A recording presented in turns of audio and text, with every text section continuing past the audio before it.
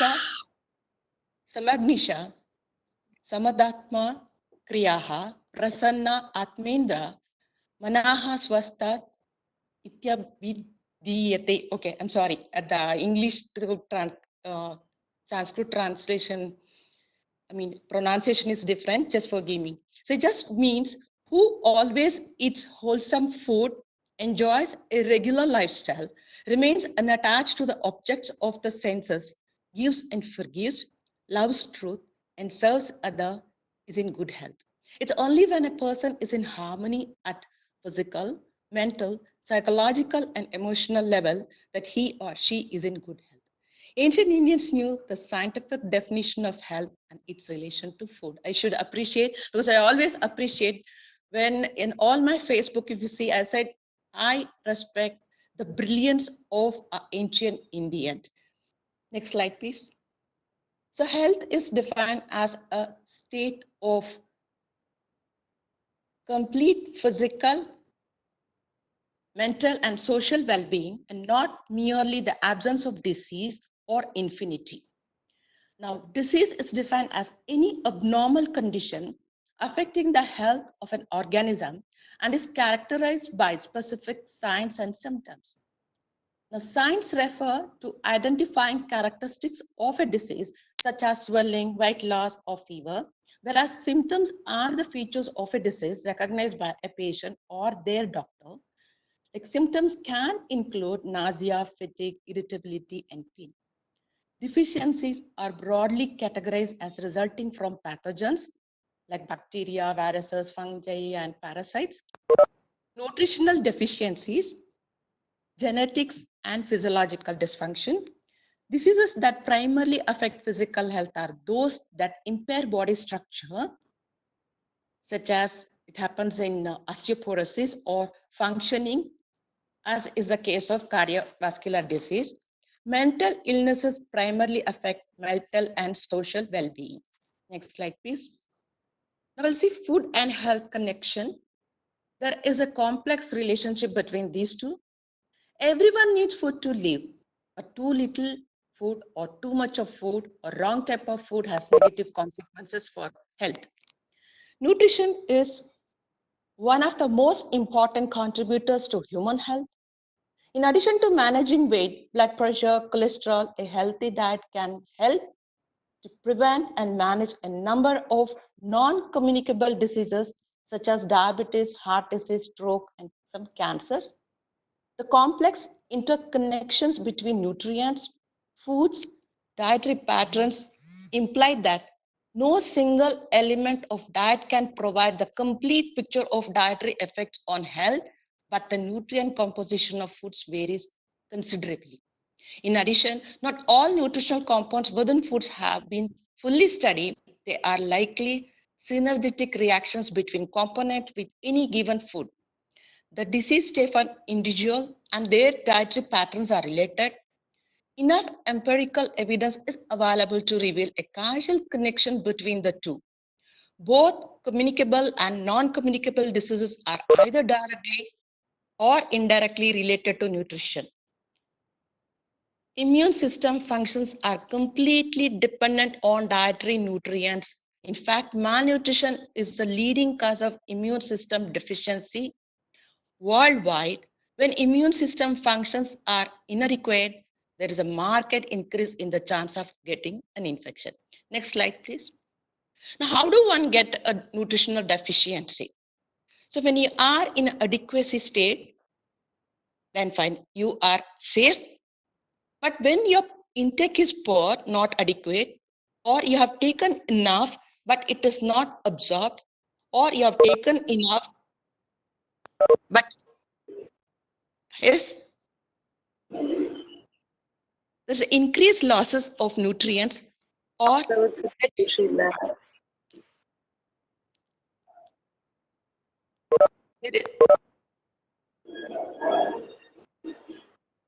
there is increased demand for nutrients or alter metabolism. Reduced absorption could happen like when there is some sickness of related to digestive system, And there could be increased losses. For example, during diarrhea, you will lose nutrient. In case of burns, okay, and such condition, there might be increased demand for nutrients. There is defect in enzymatic system that lead to alteration in metabolism. And what happens? This leads to decline. Like your requirement is not met, the body still has to continue his important or vital functions. So whatever there is a stores, the body start retrieving the nutrients from its stores. There is a decrease in the tissue stores. And then the next stage is there's loss of function. You start seeing the signs and symptoms in a critical stage only. For example, by the time you see the pallor in the skin and your lips peel during anemia, your blood hemoglobin would have dropped by to 9 or 8. That is always a critical stage. So by checking the blood, we can detect anemia earlier and start intervention. If there is no intervention, the result of nutritional deficiency is death. Now we can see that all nutrients don't get into a deficiency state at the same speed all the time.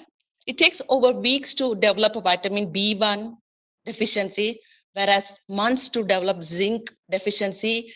It's almost years to develop a calcium and vitamin B12 deficiency. The causes of negative balance can be assessed or suspected from the history.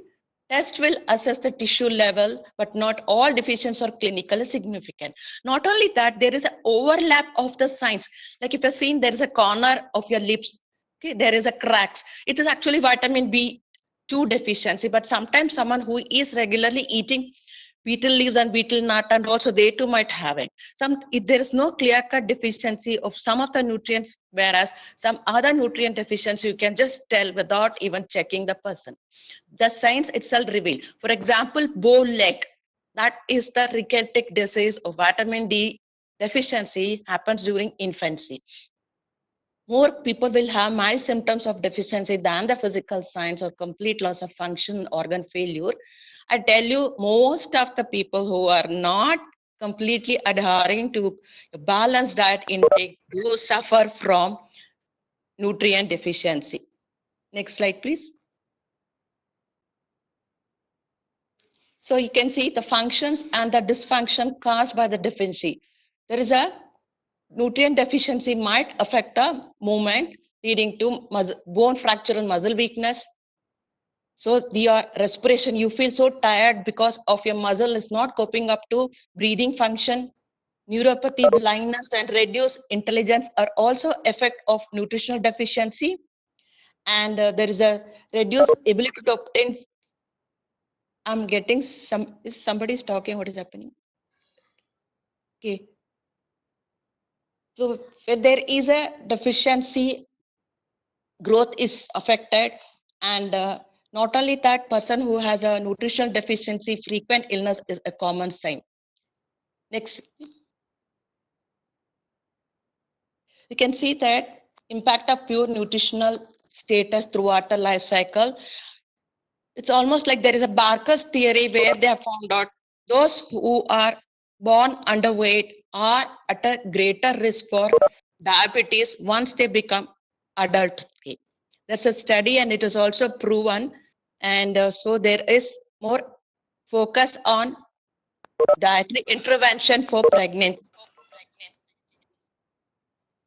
So you can see that when there is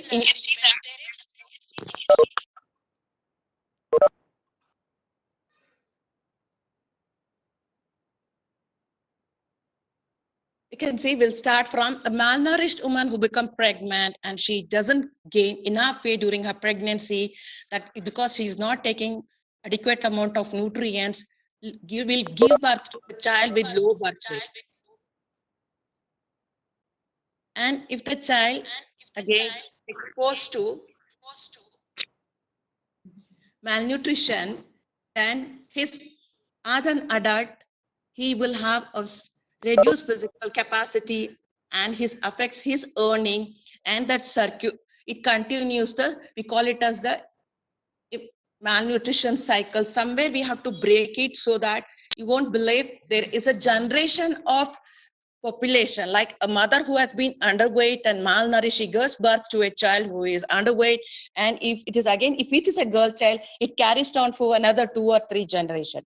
And you would believe we have around 20 to 30% of the newborn are underweight. We have not changed this scenario even after 50 years in India. Next slide, please. So these are some of the visible malnutrition signs and symptoms. You feel always lethargic and you don't feel have enough energy. At times you might even feel dizzy. And like I told you, you keep getting frequent infection. For example, like now 15 or 20 people have gone out for a tour and you all have eaten in the same place, but out of 15, maybe when you all come back home, 10 might have fallen sick, another 5 is safe and fine. This is because of the difference in their nutritional status. The 10 are fine because they have stronger immunity, whereas the 5 who had a problem might have had low immune because of malnutrition. The dry and the scaly skin, you don't have to go to a beautician or apply a lot of cream on your skin. It doesn't help. Concentrate on your food and natural glow will be there on your skin. And those who are having vitamin C deficiency, you know that you will have bleeding gums and swollen gum also, and teeth decaying could be a calcium deficiency and overeating of sugar and sweet food. And at times, somebody's talking to you, but you couldn't even pay attention to that. It is not intentional, but it is because of your poor nutritional status. Underweight is because of energy intake is not adequate. Like I told yesterday, it's well, poor growth and stunted growth is because of a poor nutrition, muscle weakness. Even if you think you're having severe leg pain, okay, there is no other cause. Please check your vitamin D status and calcium status. These two could cause you calf muscle pain and also pain in the bone. Okay, and organ dysfunction will happen in a later stage, and problem in learning has proven in anemic and protein deficiency state. Next slide, please. So this, yesterday, the undernutrition can happen in the energy in the all nutrients, whereas overnutrition will refer to only for energy and fat soluble vitamin. It's like if you just eat 100 calories excess than what you required, by 35 days, you will gain half a kg. And another 35 days, if it continues, you gain. So you know that it is very slow and subtle because I tell you, no one can eat the same amount of calorie every day except from a lab where everything is measured and sent. And next to that, you can see that there is 4 photos of eyes. This is vitamin D deficiency ocular effect. That means vitamin A is required for our vision. And when there is a deficiency stage, the first thing is when you come from bright area to a dark area, you feel as if you are blind. That is night blindness. And next you can see in the first thing, there is a white patch next to that black area. That is okay. And if at that stage itself, if there's intervention, the child, mostly it is seen in the childhood. And if the child is provided adequate vitamin, we can arrest, but that bite spot would not clear. Then if the child is not intervened properly or adequately on time, the child will lose its eyesight because of hardening of the iris and loss of vision. Next, please. Even a dehydration is an acute malnutrition. You know that? Remember that when I told yesterday itself, we are feeling thirsty, that means there's a loss of 2% of body weight due to dehydration. And there is no fix like drink 8 cups of water. A beautician says there is no scientific background or evidence. Even till date, the science is finding out what is the guideline to have a proper hydration. But however, we have a tip to find out whether you are well hydrated. The urine color will tell you. Now on to the next, you can see that The white color to light or a pale yellow says you are adequate. Little yellowish and darker and all, that means you are not having enough water, you better have it. The reason is if you have a tendency to develop renal stones and you're not taking enough amount of water, the crystals that there in the urine will form a bigger one and they turn into stone and cause problem. And however, if you are urinating more than 8 times on a intake of 2 liters of fluid that needs clinical attention, you could be having diabetes. Next slide, please. Obesity. Whatever you give the reason, the basic cause is intake more than your requirement. There are people who say, I have thyroid, that is why I put on weight. But except one, we call it as Padre-Villes syndrome, where it starts from the infancy, where the child cannot stop eating because the child doesn't have the hunger cue. So the parents have to watch the child because the child goes on eating till it just rolls on the ground.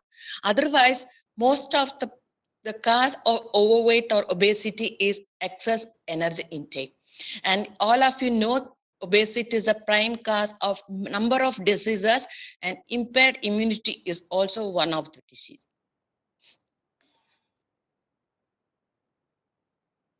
So obesity is generalized, say that, when there is excess amount of weight, more than 10% of desirable body weight, then you are considered as overweight. When there is more than 20%, then the person is obese. Next slide, please. There is a proof, like I told you, this is the study which article which I found out on April 3rd. Prevalence of malnutrition was 3% among those who are dead. Among the survivors, none of them were malnourished. This is COVID, and you are, even though you are infected with COVID, you will recover. And next slide, please. Next slide. Yeah. This is again see why the malnutrition status affect. Okay.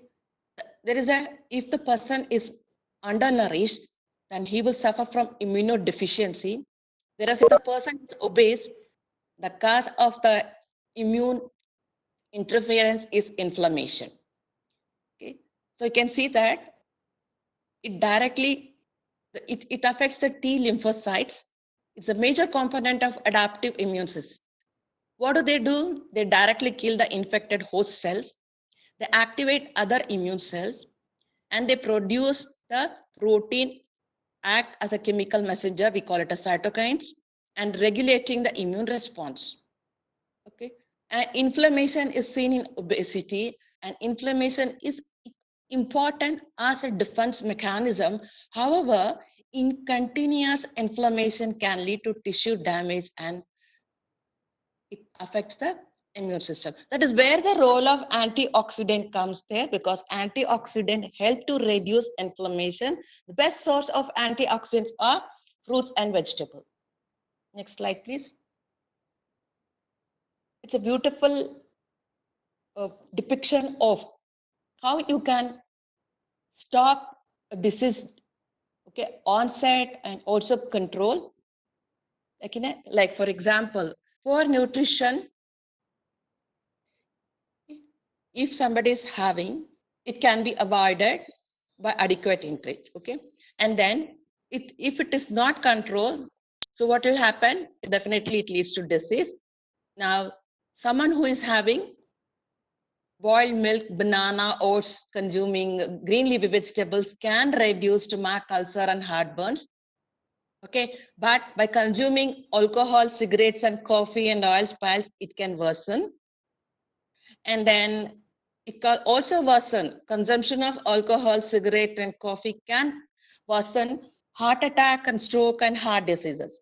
If someone is taking less salt and sugar and fatty acid, they can recover or reduce the impact of heart attack, stroke, or heart disease.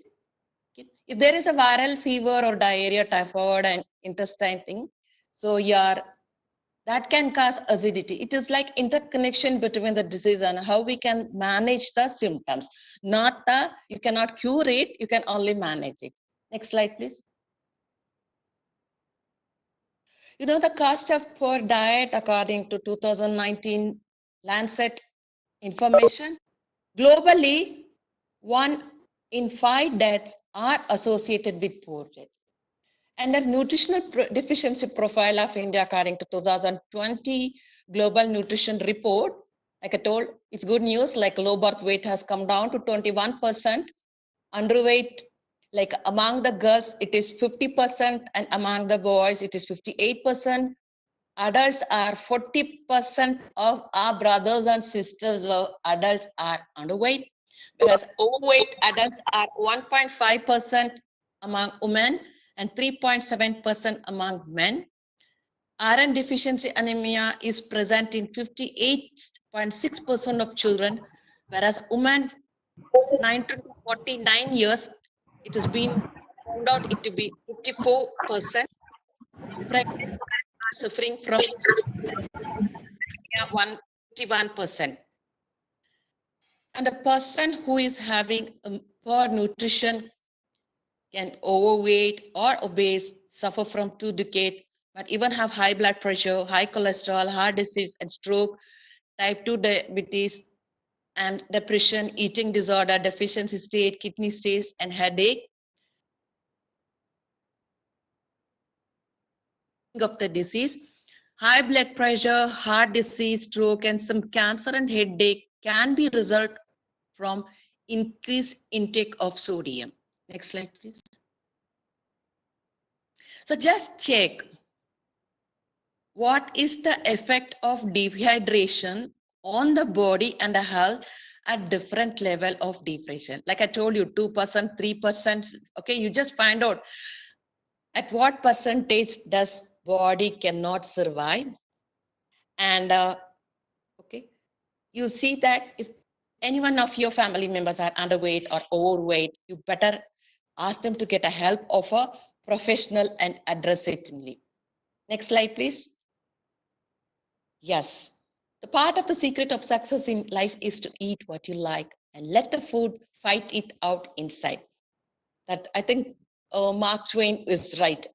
And ancient Ayurvedic proverb said, when diet is wrong, medicine is of no use. When diet is correct, you don't need medicine. Thank you. Next session, please, because I need more time today. Hello? Hello? Just give me one minute.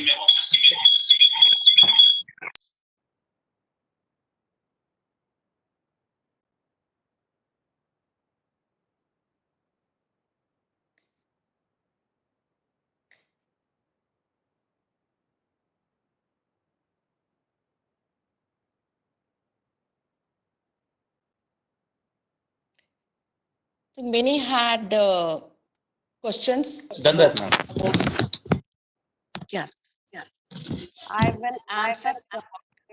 Why is echoing?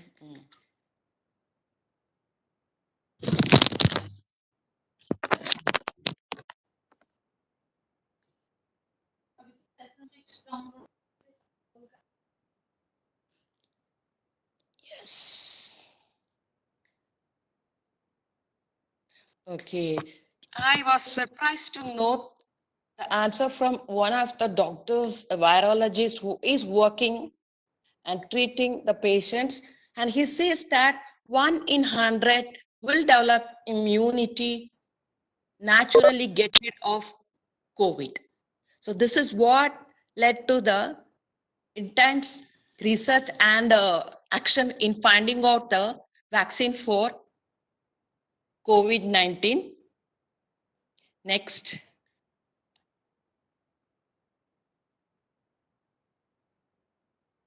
Superfoods and supplements to cure COVID, it is nothing but fake news.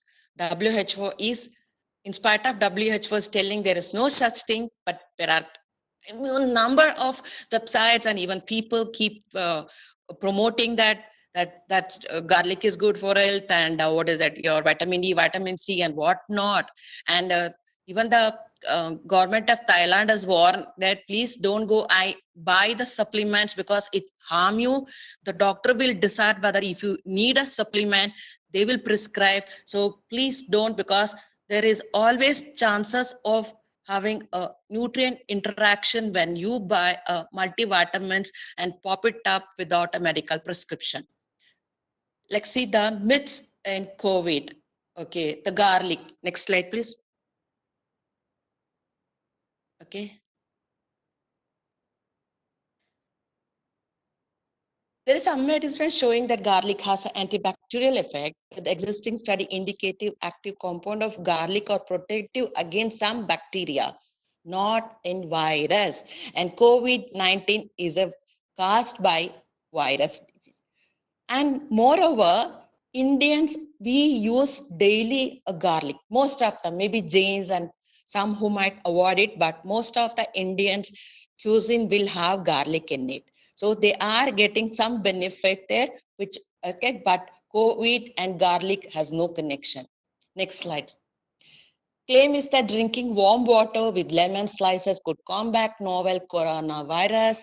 There is no scientific evidence that the lemon can cure the disease. Lemon is a good source of vitamins, I agree, but which is important for helping immune cells work properly. But putting the lemon juice in a hot water will reduce its vitamin C content. And again, it's not only lemon that has got vitamin C, many other fruits and vegetables also contain vitamin C. Next slide, please. Now, vitamin C is known to play a role in supporting the normal functioning of immune system, yet it's not the only nutrient that maintains the immune system.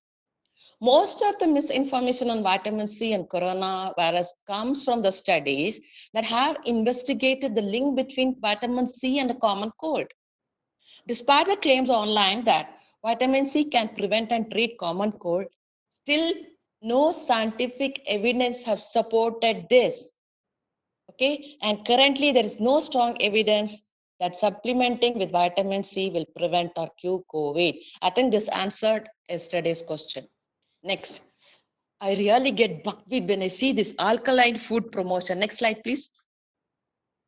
Okay, let me tell you, our body is well equipped to control its own pH, and you cannot eat alkaline food, control the alkalinity of a blood, or cure acidity in your stomach. So this information is that virus can be cured by eating foods with a pH level. Okay, it's a level of acidity. When we say pH higher than the virus pH. Okay, the pH below 7 is considered as acidic, and pH 7 is neutral, and above pH 7 is alkaline. Some of the alkaline foods said to cure coronavirus are lemons, lime, oranges, turmeric tea, and avocados. However, many of these online sources give incorrect pH value of these foods. For example, the pH of lemon was said to be 9.9 when it's actually very acidic with a pH of 2.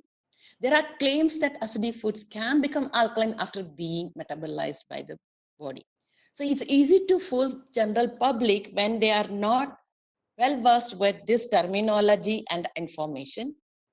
Overall, there is no evidence indicating that foods can even affect the pH levels of the blood, cells, or a tissue. The body regulates acidity level because regardless of the type of food being consumed, see, the moment you eat the food, it goes to the stomach, and stomach has got a high acidic environment for purpose one being to kill the bacteria and inactivate. Number two is activate the enzymes there. But by the time the stomach content goes to your intestine, the pH changes. It automatically happens.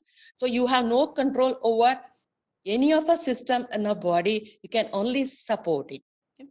And kindly stay away from the messages or articles or advices that it includes buzzwords such as cleanse, cure, treat, boost, detox, or superfoods when recommending a single item or supplement. Next slide, please. The current guidelines from WHO. No specific food or supplements can prevent a person from catching COVID-19 or cure COVID-19. And it encourages people to consume a healthy, balanced diet to support the immune system. A healthy and varied diet containing the 5 food groups can help provide most people with the nutrients they need. Most of the nutrients we already get from a regular diet are involved in maintaining normal immune function. The European dietetic advice include adults living in those countries to take a daily supplement of 10 microgram vitamin D and eat vitamin D rich foods like oily fish, egg yolk, and fortified breakfast cereals to ensure adequate vitamin D levels. This is because our main source of vitamin D is synthesis of vitamin D when the sunlight falls on the skin. So the needed supplement will be advised by the healthcare professional after complete assessment of the individual. Next slide, please. The fact, when someone sneezes, about 20,000 little droplets containing viruses are projected through the air. For viruses like COVID-19 to spread, it has to be propelled in the air and you have to come in contact with certain viruses target certain type tissues. But the coronavirus targets the lungs. Some viruses go dormant and wait until you're older, weakened, nutritionally deficient, or stressed, and they come out. This could be why many people get a virus outbreak during stress states. Susceptibility factors for disease include age, nutritional deficiency, genetics, weak immune system, chronic disease, stress. To be fit, you need to be physically fit. Doing exercise helps to lower the level of your stress hormones like cortisol. Doing more exercise at home or in the dorm is needed to boost your immune system. The fact that you have most control over is just your nutrient intake. Getting the right nutrients can influence your immune system and even stress. Next, please. So, the cancer prevention recommendations of World Cancer Research Foundation are the most suitable first line of defense in supporting the immune system against any infection, okay, that includes COVID-19, as well as protecting against cancer. They are as follows: be of a healthy weight, be physically active, eat whole grains, fruits, vegetables, and beans, limit fast foods, limit red and processed meat, limit sugar sweetened drinks, limit alcohol consumption, don't rely on supplements. For protection against COVID-19, following hygiene rules is the key. It's also important to get enough sleep and avoid smoking. Good nutrition supports the body throughout the life course from birth to old age. A balanced diet, including all food groups, supports an effective immune system and may provide protection against infections, cancer, and other diseases. Those who want to know more about it, please, you can access the website of World Cancer Research Foundation. Next slide, please. Okay, we can skip this.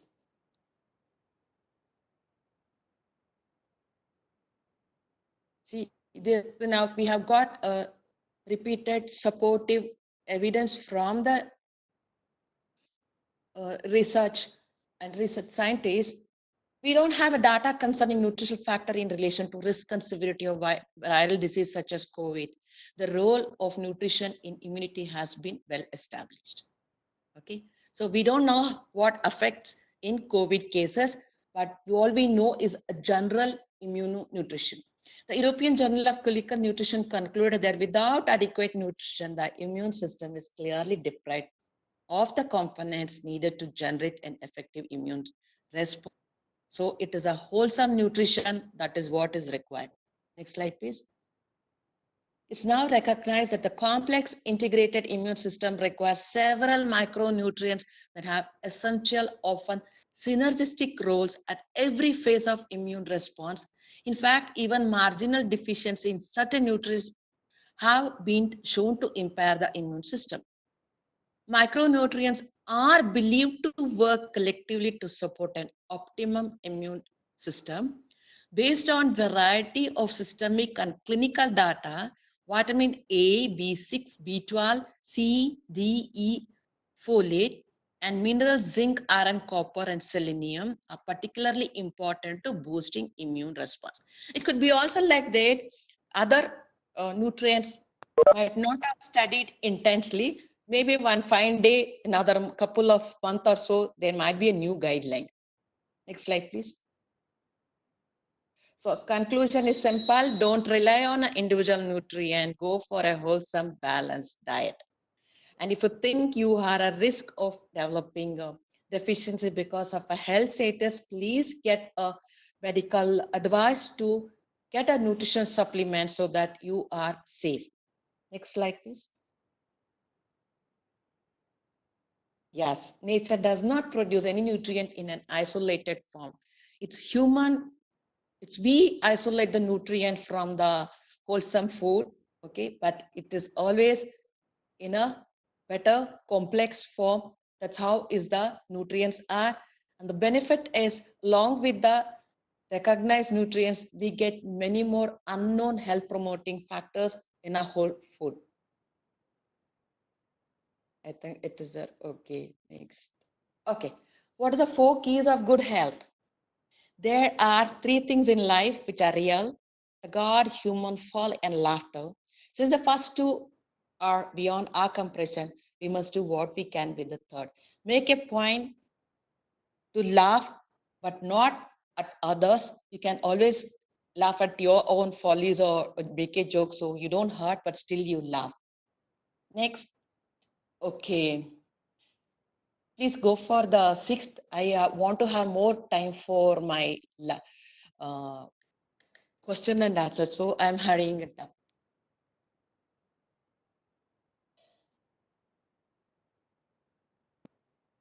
Ma'am, should I switch over to the 6th module?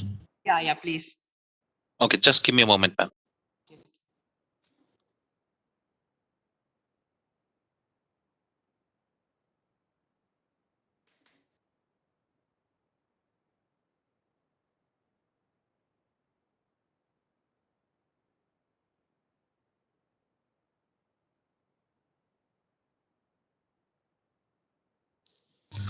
The 6th session, this is over now.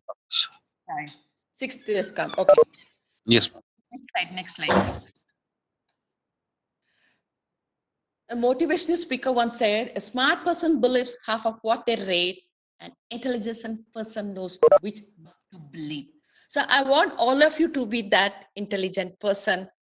Okay. So, and currently with the global coverage of internet, there is no depth of fake news being propagated and covering the entire world.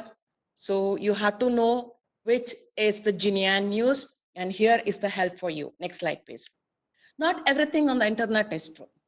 Determination of the reliability of a website is difficult, okay, and not everything on the news is accurately reported.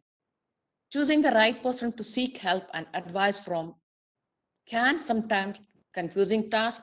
Many people claim to be expert in nutrition, yet have very limited knowledge and offer no protection to the public.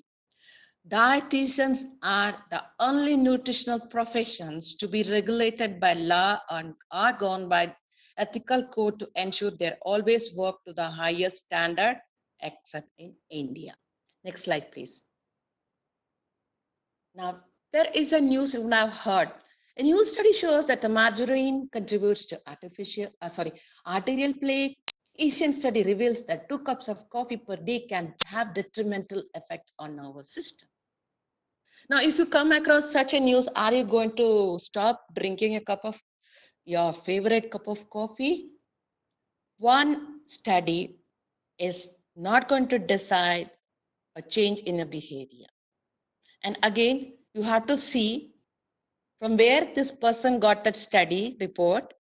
Is it a reliable source? Like, is it in a international organization like WHO or your USDA or Food and Nutrition Center or National Institute of Nutrition?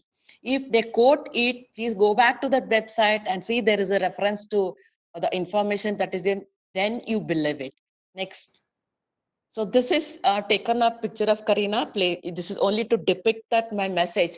These if you see that many of the self-experienced nutri gurus have to be rejected, okay, they can only like a sort of support and influence and promote people to become aware of their body weight and try to lose weight. That part I agree, but they are not qualified to become a dietitians or nutritionist unless they have got a basic qualification to be a nutritionist. Next slide, please. Now, why do we need a qualified professional? Okay, now you would have seen even against my name, I have put up an RD. The RD stands for registration dietitian, like who is a qualified, skilled, and knowledgeable professional.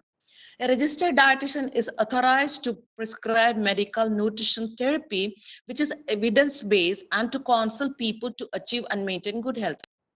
An RD is food and nutrition dietitian express with 3 to 4 years of degree in nutrition and dietetics with a UGC approved curriculum and PG diploma or masters in nutrition and dietetics as a regular course, and 6 months of internship with competency package in Indian Dietetic Association approved hospitals under guidance of eligible registered dietitian. A pass in RD board examination and acknowledged by RD board with the RD number. This is under, you can go and see on the website, you can find out who are the RDs in your area. Okay, this is, you please skip there, you go down, next. Okay, next slide. Next slide, please. Okay, now we can see that Indian Dietetics says, find the RDs in your city. You can see in Chennai, my name is registered Mahendri NV. Next slide, please. Trustable resources. Finding credible information resources include the government health agencies, the volunteer health agencies, and reputable consumer organizations.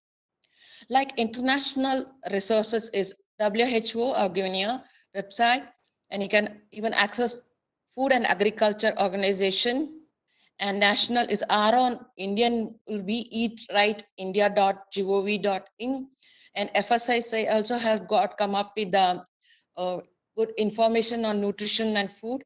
Wikaspedia is another website which you can refer, and credible websites are there like Harvard School of Public Health and Mayo Clinic, Linus Pauling Institute, American Society for Nutrition, American Medical Association, American Diabetic Association, Institute of Medicine are some other websites which you can refer. WHO has got wonderful messages, and they are very picture-rate, simple, and easy to understand. There are loads and loads of this. I mean, most of your doubts can be clarified if you go to the websites and access the information. For example, there's a common query many of you had: how should I wash the vegetable and fruit in the time of COVID? Wash them the same way you used to do. Before handling them, wash your hands with soap and water. Then wash the fruit and vegetable thoroughly with clean water, especially if you eat them raw. Next slide, please. Yes, that other instead I want to tell you, please access the N9 website. There are multi-liquid information like what to eat, what you have to do if you're overweight, how to clean the food, and pregnancy diet, and diet for a complementary, I mean, weaning diet. There is a very good collection of information, and you can even download them. Please access the new thing which is it's come up in the FSSAI website is Eat Right India. They have come out with 2 booklets. Please access, and most of your doubts can be cleared if you access this website. And I want to tell you, the behavior psychologist says that it takes around 500 days to bring a change established in our habits. Because I was thinking it is 3 weeks. Because I was only when was checking for the session, I was surprised. I found like, okay, fine. Then I thought, okay, I learned a new thing. So no wonder that when you notice that there is no change in your behavior, you will stop and go back to your previous behavior. Don't do that. Sustenance and continuous effort, definitely you will succeed in the behavioral changes you have decided. Take one step at a time. Inches by inches, it is a climb. Yard by yard, it's hard. Mile by mile, it's a trial. Making lifestyle changes is something you do a little bit at a time. These changes are changes for your health and for life. They becomes part of what you every day. Okay, I hope I have triggered some interest from yesterday and today. And the next session will have quite a number of questions answered. Okay, but I missed one whole file because I didn't save it. Doesn't matter, I can answer your query as you ask me. So here is an interesting part. I think I have got some almost 30 questions. Those who want to know, you please access on Quora.com and the Mahendri Narayana Vasudeva. Next. Yes, be happy, learn everything every day. Learn something new that keeps you happy. I mean, I make it a point to learn something new every day. Is there a something missed out? Ma'am, I suppose Seven have you received has got 7 or 6 again repeated. Please check. कुछ गड़बड़ हुआ.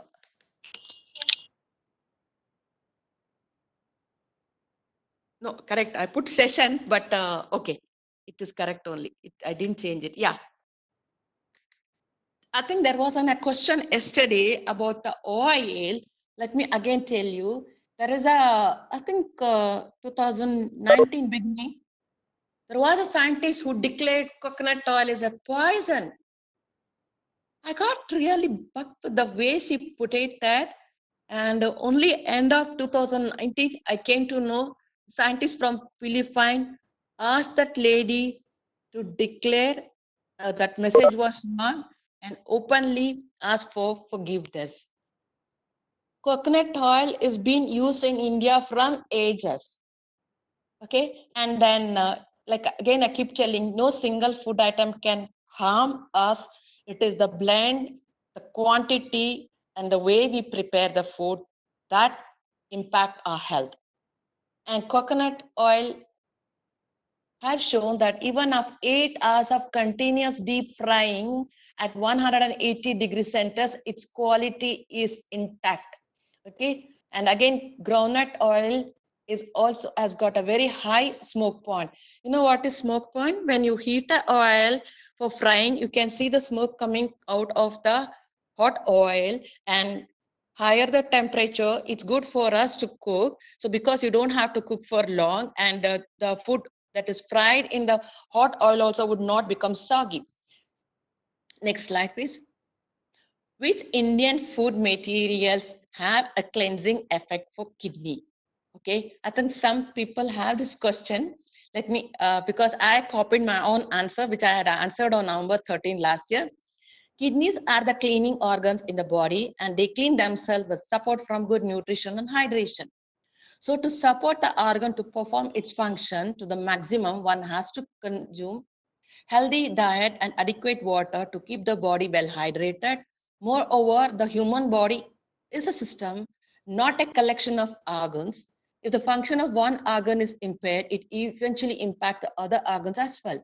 Best example is a high blood pressure condition not only affects the vascular system, but also kidneys and nervous system. Next slide.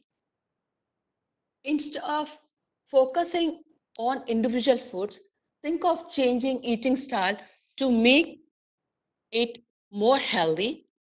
Ensure the sodium intake is not more than the recommended, and keep the potassium intake through adequate intake of fruits and vegetables to maintain the sodium potassium more than 0.7.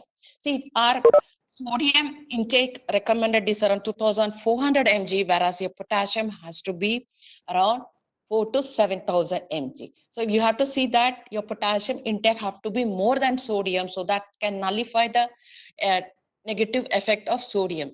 Most of the time in India, we take more of salt but less of potassium. That is one of the reason we are having higher incidence of high blood pressure. Eating antioxidant rich fruits and vegetables helps the body to minimize the toxin buildup by the oxidation. That's a natural biological process that occur in a living beings. So include vegetables and fruits, and deeper the color, higher the antioxidant content in that food. And limit the following foods like processed foods, simple sugar, salted foods, high fat foods, animal protein, alcohol, and caffeine. Maintaining weight is important for all organ health in the body. Ensure that you take at least 1.5 to 2 liters of water every day, spaced throughout the day. Some people have the habit early in the morning, they take half a liter, and sometime later in the half liter. You don't have to do that way. You space it throughout the day. And one more thing I want to tell you is the younger and the elderly, I think someone else have to attend to their hydration need. Maybe the mother, whenever she has a cup of water, she can feed her child. Same way, the elderly people would lose the sensation of thirst. My father, like he's 92, and you won't believe if I give a cup of water, he just sips 2 sips and leave the remaining three-fourths of it. It is very difficult to make him drink water. So even if you give him a bottle of water, it is never emptied completely. So what we decided is every half an hour, 1 hour, we just keep offering him in half tumbler water. Otherwise, they cannot sense the change in their body. Next slide, please. Okay. What is the cause of cholesterol? How can we overcome this problem? I think there is another slide. It doesn't matter. Cholesterol, let me tell you, it's very important chemical. No animal can't survive without cholesterol. That is why you don't see cholesterol in plant kingdom, but only animal kingdom. Our liver will produce daily around 1 gram of cholesterol. And what is the connection between your cholesterol in the food and the body cholesterol? The cholesterol, excuse me, yeah. The cholesterol, a food will range around 300 to 350 mg. Those who don't take any animal food and drink a vegetarian and drink a skim milk, your diet is zero cholesterol. But if your intake is a high calorie and you like, okay, you include other form of fat, then you too are at risk of getting a cholesterol, what do you call it, dyslipidemia. But let me tell, Indians as a race, we are all at a risk of having high cholesterol in our blood, because the cholesterol in the blood is maintained by number of factors. It is the lipoprotein factor, the one which carries the cholesterol from the blood to back to liver, is HDL. The one which distributes around the body is LDL. So we have a problem in that lipoprotein fraction. So that is a cause of having high cholesterol rather than eating high cholesterol diet.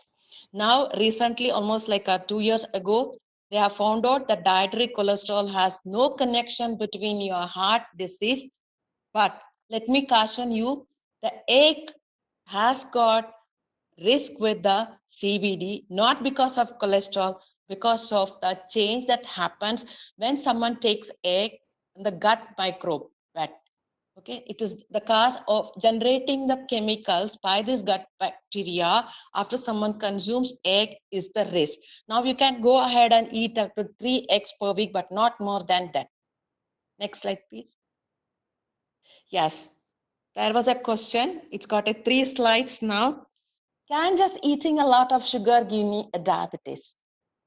Now, the excess stable sugar intake is associated with the onset of diabetes in 2 ways. Indirect effect. When you consume excess sugar, it also contributes for excess calorie intake. For a period of time, you exceed the calorie intake will gradually lead to weight gain and obesity. And obesity is one of the known risk factor for diabetes type 2, right? So how is your sugar intake is connected? There was another question some time ago. not from your group, they would ask, just because I'm craving for sugar, am I diabetic? I said, no, you like sweet, maybe that is why eating, but that is your diabetic condition doesn't make you crave for sugar, but you will have other three classical symptoms. You know, what are they? You are increased appetite, increased thirst, and increased urination. But we have not come across any study that someone who is having diabetes will crave for sugar. Next slide, please. Now, what is a direct effect? The table sugar consists of equal part of glucose and fructose. The table sugar is known as sucrose. It is a disaccharide. It is made up of equal part of glucose and fructose. The body uses glucose for its physiological process. A small amount of fructose will be used by the body cells for energy purpose, but the excess of the fructose, what will happen to it? It will get converted into fat and stored in the body. The increased fructose that is converted to fat may also increase the blood triglyceride, or we call it as a fat. Triglyceride is nothing but a fat. Okay, it increase the risk of fatty liver and heart disease. So when somebody is having high triglyceride, we usually ask them to restrict sugar and sweets. And fructose also known to promote inflammation and localized insulin resistance apart from fatty liver. And these effects may trigger abnormal insulin production and increase the risk of diabetes. Now, research is intensive in finding out the direct association of table sugar with the risk of diabetes to know the cause and effect as well as the pathways of association too.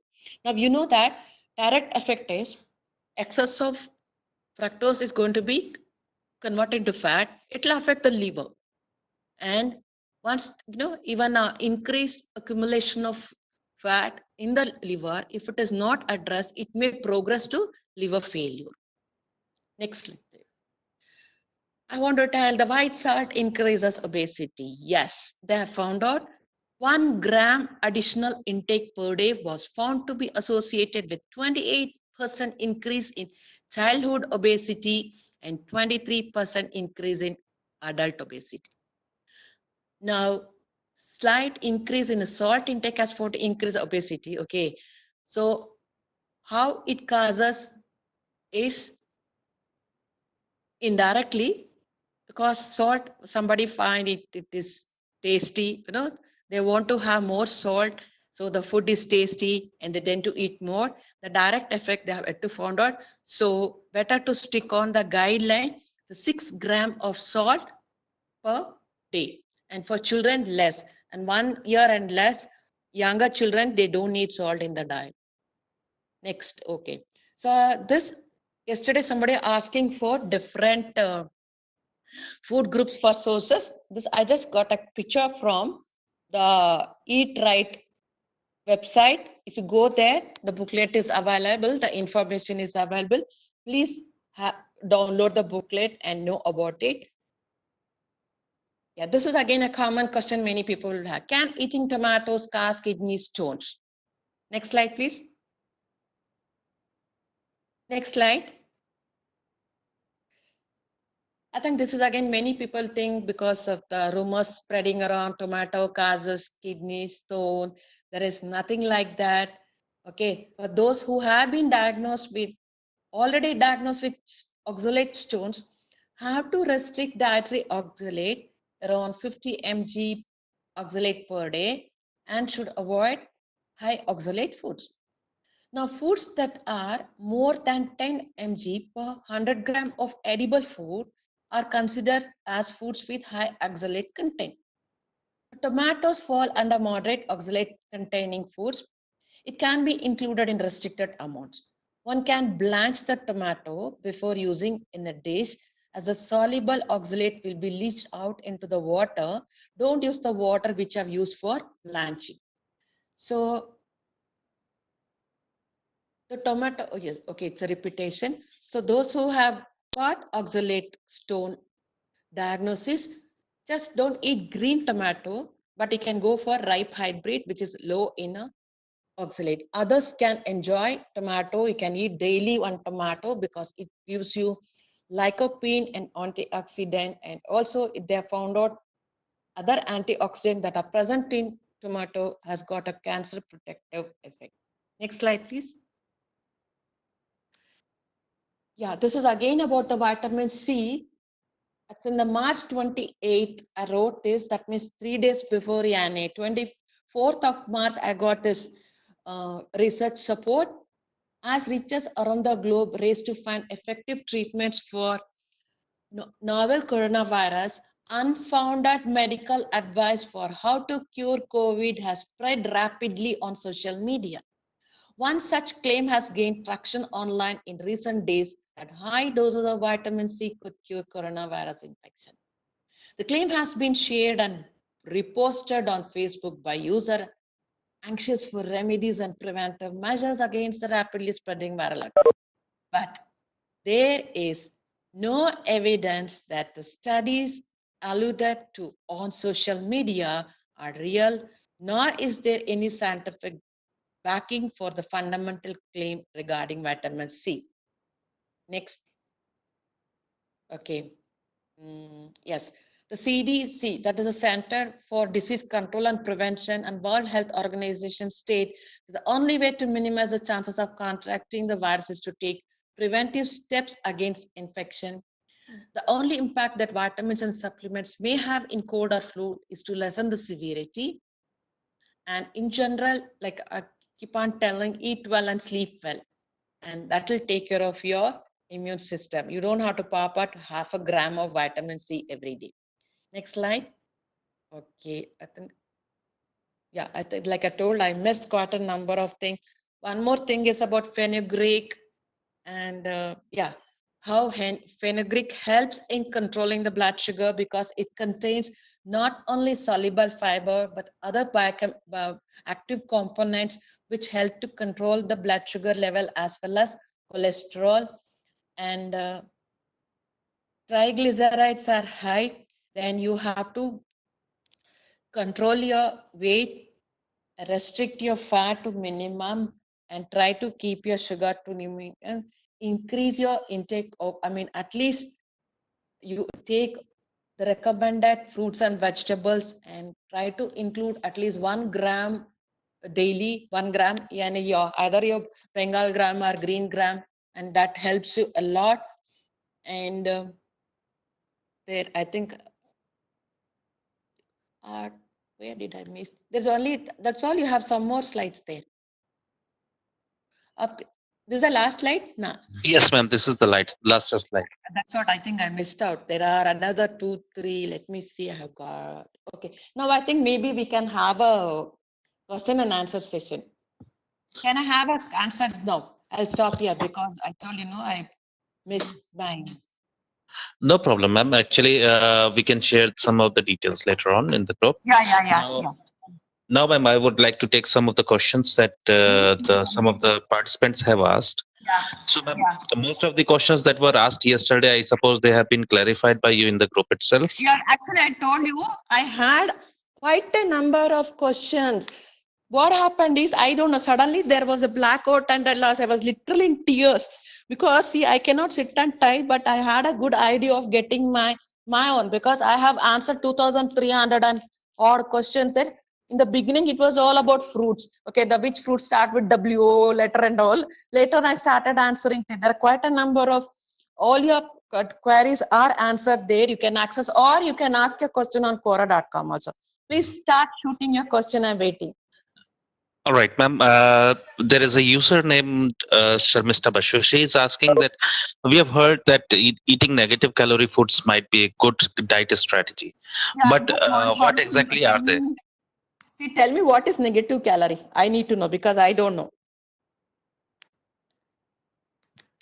Well, this is what she wanted to know. Calorie.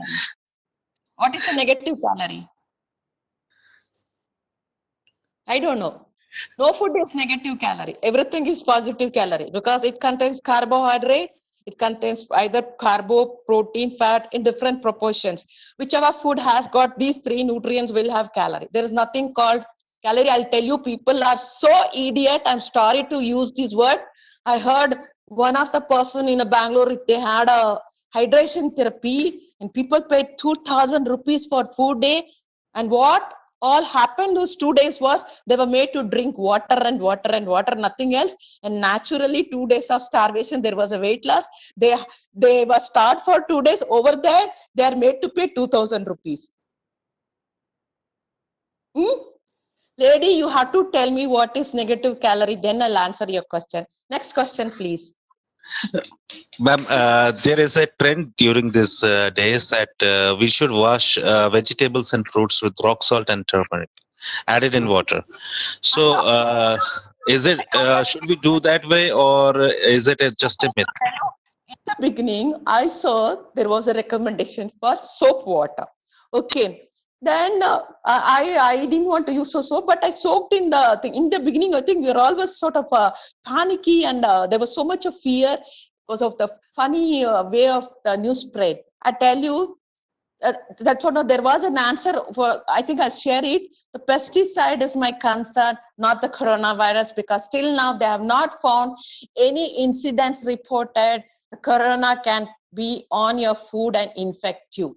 So all you have to do is just wash clearly. I know yesterday also I heard on the road this one lady is passing this information to another lady. It's easy. You that is the way. See, I tell you, people easily pick up the news without giving a second thought on what they heard is right or wrong. No need. If you still think happy, go ahead. I won't. I'm not doing so. I'm not advising. And let me tell you the latest one. Today I heard one of my nephew, he's starving for more than 16 hours. I said, for what? It is, I heard somewhere it is autophagy. Autophagy for what? No, it helps in immune. I said, I really want to hit my head to the wall because I have only one head. If I break it, I can't get another one. Autophagy is what happens inside a body. The cell which is about sick or weak, the body will take care of that cell, and that will be eaten by these T cells. That is autophagy. That is a natural process. You cannot induce any autophagy by starving. So that fellow said, it's okay. I said, if you want to know any nutrition thing, please check with me. I am there, an easy resource. Okay. Now tell me, let me enjoy what all the if I don't know, I will say no. I have no qualm about it. I don't even feel baddy, or I don't think so. It is not up to me. I am very happy to admit what I don't know. I don't know. What I know, I will answer. Yeah, please. Next question. Yes, ma'am. Actually, there is a particular individual who is suffering from celiac disease, Yeah, she had. and also, yes, ma'am. And she Yesterday had. we had a little bit of interaction. She is also suffering from lactose intolerance.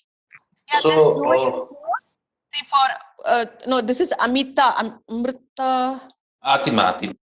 Yeah. She had mailed me. I told her that today or tomorrow I'll be helping her out. Actually, I got a lovely. I already have posted those information on Quora also.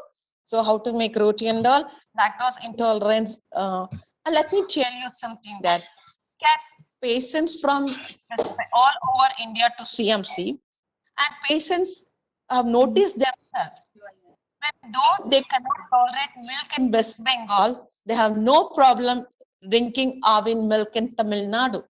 So I don't know what is the connection.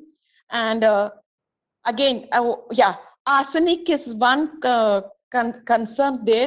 The rice and the vegetables contain high amount of arsenic.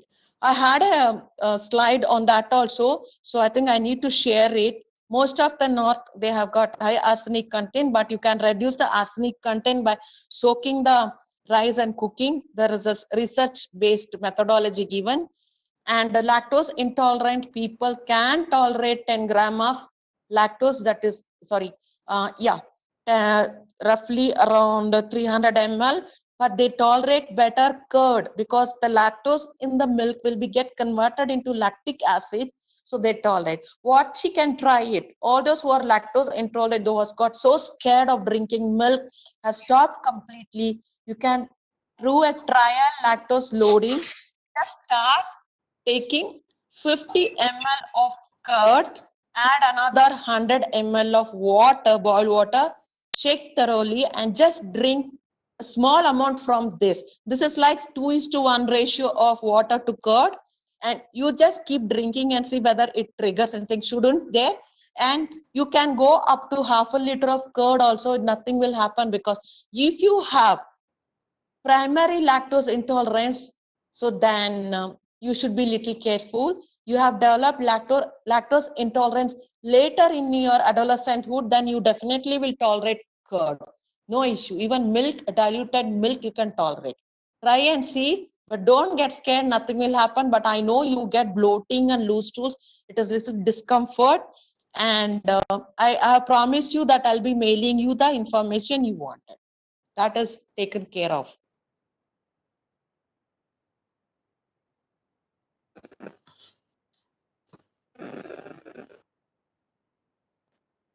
Recommendations for dietary changes that a person suffering from high cholesterol as well as diabetes may need to make.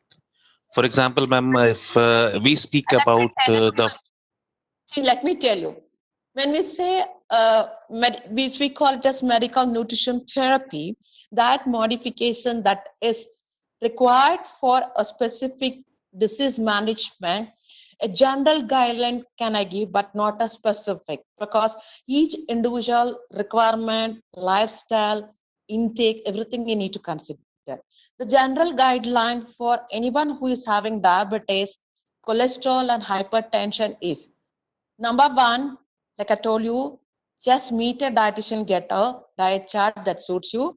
And also don't get one, sit and discuss with them, because if you're not going again, or at least visit once in a year if you think you need to assess your diet.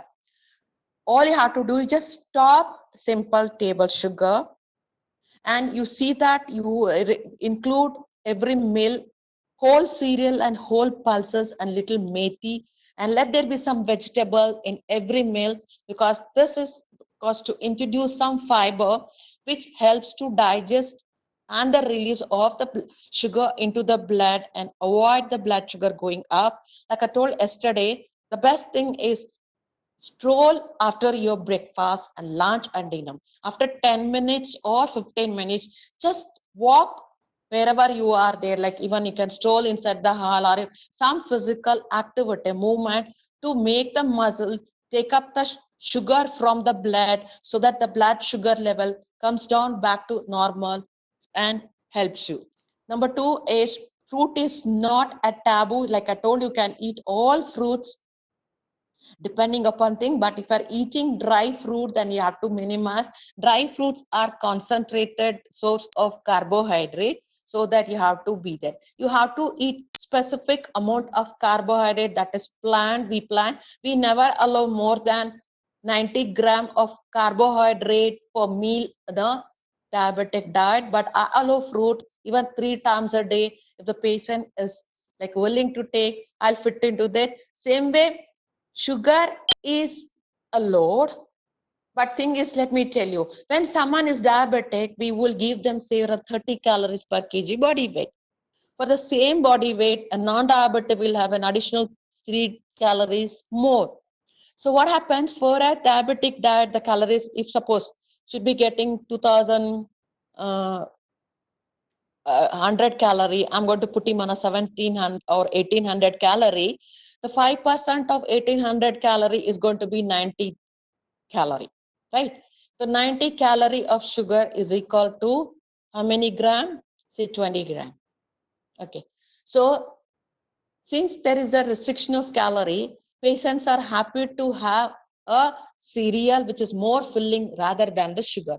That's the way they avoid themselves to have sugar. But like I said, occasional sugar is allowed, but have to know their limitation. Most of the time, I keep telling my patients, when you are visiting, say you're in attending a marriage function and all, you are sitting and eating. Usually in South India, our like communities, we like to sit on the floor and have a food there. And actually, the neighbor would be watching what you are eating. If you say no for sugar, the first question will be, are you a diabetic? You don't want the whole world to be known that you are a diabetic. Not a bad thing, but it is a little embarrassing. I used to tell, my patient, look here, just get one piece of sweet, keep it at as a last item on the that particular meal. You just enjoy that piece and what goes. So the person who is sitting next to you are convinced that you are not diabetic. Coming to a salt restriction is equally important. Don't take more than 5 grams with the diabetes. That is always risk for increase in a blood pressure. And higher blood sugar level will bring the changes in the structure. That is the cause of the complication a person with the diabetes will develop. That will affect the vision, that will affect his nerves, that will affect his kidney also. There's so much of sugar in the blood, and the kidney role is to keep throwing it, so it is exhausted with the overload, and on fine day it said, I am not going to function anymore. Coming to the cholesterol, now is said there, with someone having a blood cholesterol and diabetic on a diet should be having a good control of cholesterol. If for some reason cholesterol is not coming under control, they might have to take an cholesterol medicine. Usually, statins will be given, but make sure that you are not developing any side effects. Some are notorious in bringing side effects, because I think it is Rose Day is the least side effect producing medicine. But again, you can every 3 months you check, and later on you can taper the dose of the medicine. And one find you can be with the methi really helps in controlling the cholesterol also. And make it a point, you have 3 major meals, and you are on insulin, definitely you need a diabetic educator help to address your dosage and controlling and checking your blood sugar level. And exercise really helps a lot in a diabetic. Like I said, you don't have to run around, jog around, just keep moving your body and walk around, it helps. And uh, all food items are allowed. Like I said, you want to have a vada once in a while, go ahead, have a snack vada. Puri is also fine. Ask them to make a smaller puri for you instead of your standard size. And biryani, just remember, one bowl of biryani is an entire meal of 500 calorie. So go for a smaller amount of biryani. Maybe you can serve extra amount of salad if you are there out for a special meal. Okay, continue taking enough amount of water. And you can always keep a sugar if you have got experience of having getting a very low sugar. So keep monitoring your blood sugar level, that is vital, because I have seen people with blood sugar having no complication lived up to 30 or 40 years. One the most shocking experience I had was like one in a lady was told in, I mean, yeah, moved on a wheelchair by an elderly person. And I just routinely I was asking what is her age. They told me she was 101 year old. And I looked up, she was looking like as if she's some 65 or 70. And the shock on my face made her grandson say, Madam, I am her grandson, I am already 70 plus. Then I said, why did you bring her here? She's just first time in her life she has come to a hospital and they caught her diabetes at that time. And I told, my goodness, I will not give a diet sheet for her. Please spare me. It does makes no sense. You know what? But that grandson didn't allow me to, uh, uh, what do you call, he insisted that I have to give a diet sheet, because otherwise she might think that she's been neglected. And many a time, see, if she had died before, nobody would have known that she has a diabetes. But she lived all her 100 years without any complication or signs of diabetes. So I always say our current lifestyle, our environment is all make us more vulnerable for diseases. So better keep getting a checkup that we are hale and fine. But still, I remember one of our senior staff, our own CMC pediatrician endocrinologist, he was retired some 2 years ago. When I met him, I saw him in a coronary care unit. I said, what happened? Mahendra, I'm supposed to have gone to Australia. I got a clearance also, but yesterday only I had a heart attack. So I had to get admitted. So in spite of it having all all the tests he had, everywhere they gave him a stamp saying he is fine, but unfortunately he had a heart attack. So what I'm trying to tell you, your health is like nobody can guarantee you are hale and healthy, but still we can try our level best to keep us and healthy, not following a wrong habit or a lifestyle. Okay, yeah, that general diabetic thing that I think what I usually have worked out as a pamphlet, I can share it here because that is meant to be used for general public. I can just share it here.